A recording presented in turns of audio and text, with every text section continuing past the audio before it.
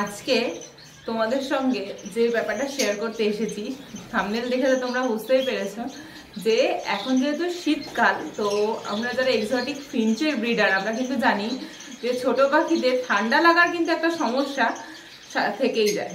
তো এই শীতকালে আমরা আমাদের ঘরের সমস্ত রকম পাখিদেরই কিভাবে কেয়ার করছি সেটাই আজকে তোমাদের সঙ্গে শেয়ার করব।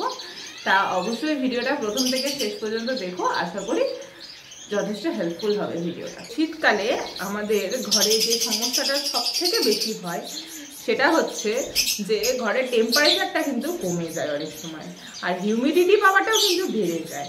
তো এই ব্যাপারে কিন্তু খুব ভালো করে আমাদের লক্ষ্য রাখতে হবে। তো টেম্পারেচারটা যাতে না কমে যায় তার জন্য আমরা চেষ্টা করব বেশি করে সন্ধ্যের দিকটা থেকে যে একটা হিট বাল্ব ঘরে জ্বালিয়ে রাখার জন্য, মানে একটু বেশি পাওয়ারের বাল্ব একটা জ্বালিয়ে রাখার জন্য। আর হিউমিডিটি পাওয়াটাও যাতে ঠিক থাকে সেই ব্যাপারেও কিন্তু ভালো করে লক্ষ্য রাখতে হবে। এবার আসি যে একটু ঘরের ব্যাপারে, যে ঘরটাকে কিভাবে ঠিকঠাক রাখবো। যে ধরো আমাদের যেহেতু ঘরের মধ্যে সেট আপ, আর অনেকেই আছে যাদের ধরো ছাদের মধ্যে সেট আপ থাকে, তো শীতকালে তারা কি করা হয় বেশিরভাগ ক্ষেত্রে চারিদিকটা প্লাস্টিক দিয়ে ঢেকে দেওয়া হয়। তো এই চারিদিকটা প্লাস্টিক দিয়ে ঢেকে দেওয়া, বা আমরা যারা ঘরে আমাদের সেট আপ করছি যদি চারিদিকে জানলাটা বন্ধ রাখা হয় সেক্ষেত্রেও কিন্তু পাখির নানা সমস্যা হতে পারে। তো সবার প্রথম বলি যে আমাদের যেদিক দিয়ে হাওয়া আসে শীতকালে বেশি, উত্তর দিকটা পশ্চিম দিকটা, এই দিকটা জানলাগুলোকে বন্ধ করে রাখবো, বা এই দিকটা যাদের ওপরে সেট আপ আছে তারাও চেষ্টা করবে যে এই দিকটা যাতে গার্ড করে।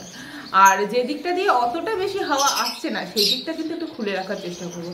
ঘরে যদি ঠিকঠাকভাবে হাওয়া না মানে প্রবেশ করে তাহলেও কিন্তু পাখিদের সেক্ষেত্রে অনেকটা সমস্যা হয়।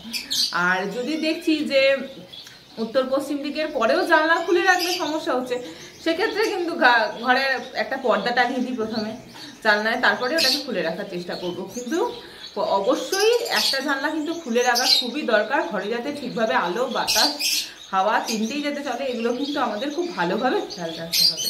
আর যাদের ধরো পুরো চারিদিকটা প্লাস্টিক দিয়ে কভার করা রয়েছে, তাদের যে কভার যদি খোলার সমস্যা থাকে তাহলে যদি একটু ওপর সাইড দিয়ে কিছুটা ফাঁকা রাখা যায়, 1 ফুট করে ফাঁকা রেখে তারপরে প্লাস্টিকটা দেওয়া যায় তাহলেও কিন্তু হবে। আর আমাদের মতো যাদের ঘরে সেট আপ তারা যদি দেখছো যে কোনো দিকে দরজায় মানে জানলা খুলে রাখতে পারছি না, সেক্ষেত্রে কিন্তু যদি ঘরে একটা এক্সস্ট ফ্যানের ব্যবস্থা করা যায় সেক্ষেত্রে কিন্তু খুব ভালো হয়। তো আমরাও দেখো আমাদের ঘরের ক্ষেত্রেও তোমরা দেখো আমাদের পিছনের জানলাটা আমরা বন্ধ করে রাখি, কিন্তু এই যে সাইডে যে জানলাটা আছে তোমাদের দেখা, এই জানলাটা আমাদের বেশিরভাগ সময় আমরা খোলা রাখারই চেষ্টা করি। আর আমাদের সামনেও একটা জানলা আছে, ওটাও আমরা খোলা রাখারই চেষ্টা করি সবসময়। আর জানলা যদি একটা খোলা না রাখি বা ঠিক করে যদি আলো বাতাস পাখির ঘরে না ঢোকে, সেক্ষেত্রে সব থেকে বড় সমস্যা কি হয়, পাখিদের যেহেতু এই যে দানা বলো, পাখিরা রোজ স্নান করছে জলে, এইগুলোতে কিন্তু একটা ঘরের মধ্যে একটা গন্ধ থেকে যায়। আর এই ফলে যে গ্যাসটা থেকে যাচ্ছে সেক্ষেত্রে কিন্তু একটু সমস্যা হয় পাখি, সেটা হচ্ছে ডিহাইড্রেশন, বা পাখির কিন্তু পেটের সমস্যা হয়ে যায় এটা থেকে। তাই এই জানলা খুলে রাখা বা ঘরে যাতে ঠিকভাবে আলো বাতাস ঠিক করে প্রবেশ করে, এই ব্যাপারটা কিন্তু শীতকালেও আমাদের খুব ভালো করে নজর রাখতে হবে। এবার বলি যে পাখির ঠান্ডা লাগার সমস্যা। তো শীতকালে ধরো আমরা যেটা সফটফুড যেটা ব্যবহার করছি সেটা তো আমরা দেবোই সফটফুড, আর তার সঙ্গে একটা জিনিস একটু ব্যবহার করলে পাখি কিন্তু ঠান্ডা লাগার হাত থেকে অনেকটাই মুক্তি পায়। আর তার অন্যান্য সমস্যাও কিন্তু দূর হয়, সেটা হচ্ছে কালো জিরেকে ভালো করে গুঁড়ো করে, সেই কালো জিরের গুঁড়োটা যদি আমরা খুব অল্প পরিমাণে সপ্তাহে 2 দিন করে বা 1 দিন হলেও হয় সফটফুডের সঙ্গে ব্যবহার করি, তাহলে কিন্তু পাখির ঠান্ডা লাগার সমস্যা অনেকটা দূর হয়। আর যাদের ধরো পাখিদের ঠান্ডা লেগে গেছে শীতকালে, যেটা হয়েই থাকে, তারা কিন্তু মক্স 500 বা মেরিকুইন মেডিসিনটা ব্যবহার করতে পারো। আর যে পাখিগুলো ঠান্ডা লেগে যাবে তাদেরকে একটু রোদে দেওয়ার ব্যবস্থা করতে হবে।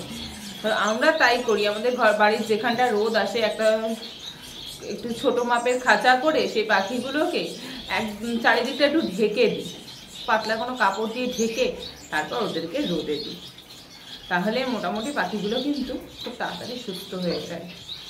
একবার বলি যে আমরা অনেক সময় কি করে থাকি যে শীতকাল বলে পাখিদেরকে জল মানে বাটিতে করে জল দিই না, ফিডারে করে জল দিয়ে দিই যে ঠান্ডা লাগার ভয়ে, কিন্তু এটা কিন্তু একদমই ঠিক নয়। সারা সপ্তাহ ভরে যদি আমরা ফিডারে করে জল দিতে থাকি এতে কিন্তু পাখির পেটের সমস্যা হয়ে যাবে।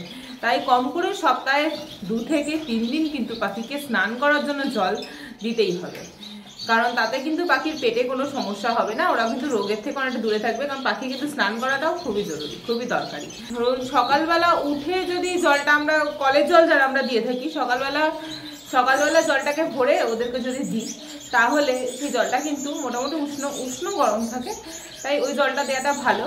আর আগের দিনে যদি জলটা ভরে রেখে দিই সেই জলটা কিন্তু যথেষ্ট ঠান্ডা থাকে, সেই জলটা পাখির ক্ষেত্রে অ্যাভয়েড করাটাই ভালো।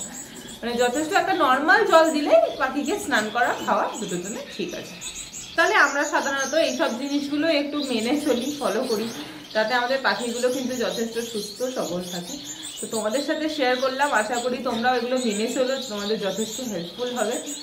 আর তোমাদের ঘরে কিরকম ব্রিডিং হচ্ছে, এর আগেও বলেছি এখনও বলছি তো এখন যেহেতু শীতকাল তোমাদের ঘরে কিরকম ব্রিডিং হচ্ছে আমাদেরকে অবশ্যই জানিও। আর পাখির সম্পর্কে কোনো রকম কোনো সমস্যা বা কারোর যদি কোনো সমস্যা থেকে থাকে পাখি নিয়ে বা কারোর ঘরে কোনো সমস্যা নিয়ে পাখির, তাহলে অবশ্যই আমাদের সাথে কন্ট্যাক্ট করো। আমাদের নাম্বার তো প্রত্যেকটা ভিডিওতে দেওয়া থাকে, আমাদের সাথে কন্ট্যাক্ট করো, অবশ্যই চেষ্টা করবো হেল্প করার। আজকের মতো ভিডিওটা এখানেই শেষ করলাম।